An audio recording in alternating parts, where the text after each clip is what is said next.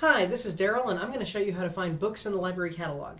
We're going to start on the library front page. This is where you land if you follow the link from the MyHeritage or from the Heritage main page. We can search for books using Primo, which you can also use to find articles. We'll cover that in Unit 2. So if we're searching for a book, there are a couple of different ways we can do it. The easiest way is if we know the title of the book that we're looking for. So I'm going to search for A Man Named Dave and press go. And it takes a minute to talk to the Primo server. But there it is. This is a physical book. I can tell because it says available and it gives you a call number. Now if you wanted to just go and find this book on the shelf, this is the number you'd be looking for on the spine. You can also get a little bit more information about it if you click on Find in the Catalog here. It'll tell you we have 2 copies and neither of them are checked out. That not charged there means they're not checked out. If they are checked out, it'll say charged and it'll give you a due date to give you an idea of when it'll be available again.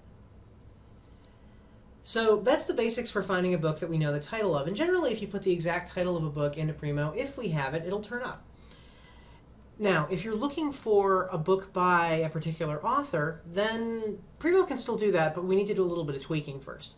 Right now, Primo is searching everything. You'll notice that underneath this, there's the audiobook of the same title, and then a whole bunch of articles that happen to match our search terms, even though they don't really have anything to do with the book A Man Named Dave. You know, drug use is boundary play. This came up because Dave, one of the people who wrote it, is named Dave, and so on. If we want to get rid of all those articles and only search the catalog, we can go up here to where it says everything, come down to just the catalog, and then let's look for this book by author instead. I'm going to say David Pelzer. This will shouldn't just come up with this book, it'll come up with anything else that he's written that we have. So give it a moment to think. And there we go. So he's written several books. A Child Called It, The Lost Boy, My Story, and A Man Named Dave. And then we also have the audiobook. This is showing us everything we have by David Pelzer. And again, the more information you can give it, the more of the person's name that you put in, generally the better results you're going to get. Like if we take this back to just saying Pelzer, let's see if this makes a difference. We got a few more hits. And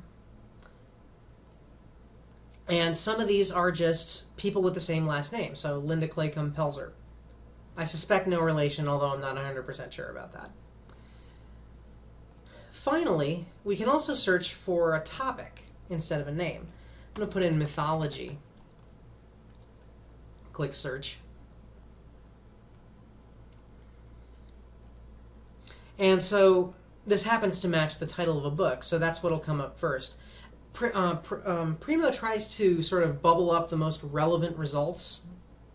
So it figures if you're looking for something on mythology, an exact match is probably the closest, and then it'll find other books with mythology in the title.